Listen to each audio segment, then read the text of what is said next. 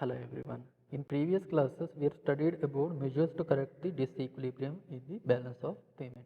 Disequilibrium may be in the form of the deficit, that means the imports are more than exports, or the payments are more than the returns, and the surplus, where the exports are more than imports or the receipts are more than the payments.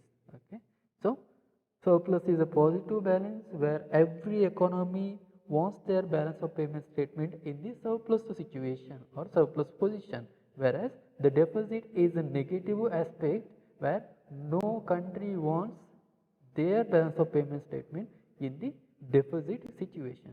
So, to correct this deficit situation, there is some of the aspects or the solutions or the strategies which is followed by the countries. Okay. So, those aspects are: one, export promotion. So, why the exports are promoted? Exports should be encouraged by granting various bounties to the manufacturers and exporters. So, bounties means nothing but subsidies or the helps. At the same time, imports should be discouraged by undertaking the import substitutions and imposing a reasonable tariffs. So, the imports should be restricted by putting some of the tariffs, and the substitution products can be found for the importing products too. Okay, so that we can produce those products and reduce our imports. The next one is imports. Restrictions and import substitutions are other measures of correcting the disequilibriums. So as I said, the imports should be restricted by using the tariffs and the quotas. Okay, and the substitution of the importing products should be found so that we can reduce our imports. Okay, so reducing the inflation. Inflation discourages the exports and encourages the imports. Okay, therefore the government should check the inflation and lower the prices in the country. So the country should lower the prices so that they can export the products for the cheaper amount and the import can be restricted. Okay, how to control the inflation? RBI is going to change their repo rates and the reverse repo rates. Okay, so repo rate is rate at which RBI gives the loans to the its controlling banks, and reverse repo is rate at which the RBI is taking the loan from its controlling banks.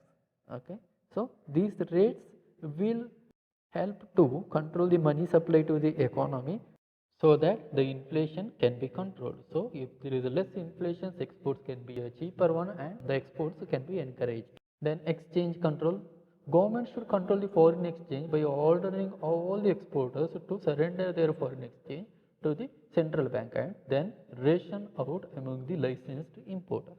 So here the government can order all the exporters to surrender their foreign exchange. So what are the foreign exchange reserves they have, the foreign currencies they have, they can surrender it into the central bank, and after that they can ration it among the licensed importers. So that currency can be rationed or distributed among the licensed importers. Okay. Then devaluation of the domestic currency. So if there is a fixed or semi-fixed exchange rate, only this particular measure will work. Okay. So what is a devaluation? It means fall in the external value of the domestic currency in terms of the unit of foreign exchange, which makes the domestic goods cheaper for the foreigners. So with the example, we can understand it very easily. Now the exchange rate, let's say it is rupees 75 per dollar. Price in US is $2 per product. Okay, when domestic currency is devaluated, exchange rate will become rupees 65 per dollar. So the price may decrease to $1.75 per product in the US. Okay, so this is what the effect. Here the devaluation of the domestic currency means the exchange rate in terms of the domestic currency is decreased. Okay, so $1 is equal to 75 rupees was there after the devaluation. After the devaluation, it is became $1 is equal to rupees 65. So this is what the devaluation in case there is a mutual agreement between two countries and their agreed for the fixed or semi-fixed exchange rates only this is possible. The next is the depreciation. So in case of the floating exchange rate, right now what we are following is a floating exchange rate. So in case of the floating exchange rate, depreciation occurs in a free market system where in the demand for the foreign exchange far exceeds the supply of the foreign exchange in the foreign exchange market of a country. Hence, imports becomes costlier. So, in the foreign exchange market of a country, suppose there is a more demand than a supply for the foreign exchange. It means the demand for the domestic currency is increased than the supply.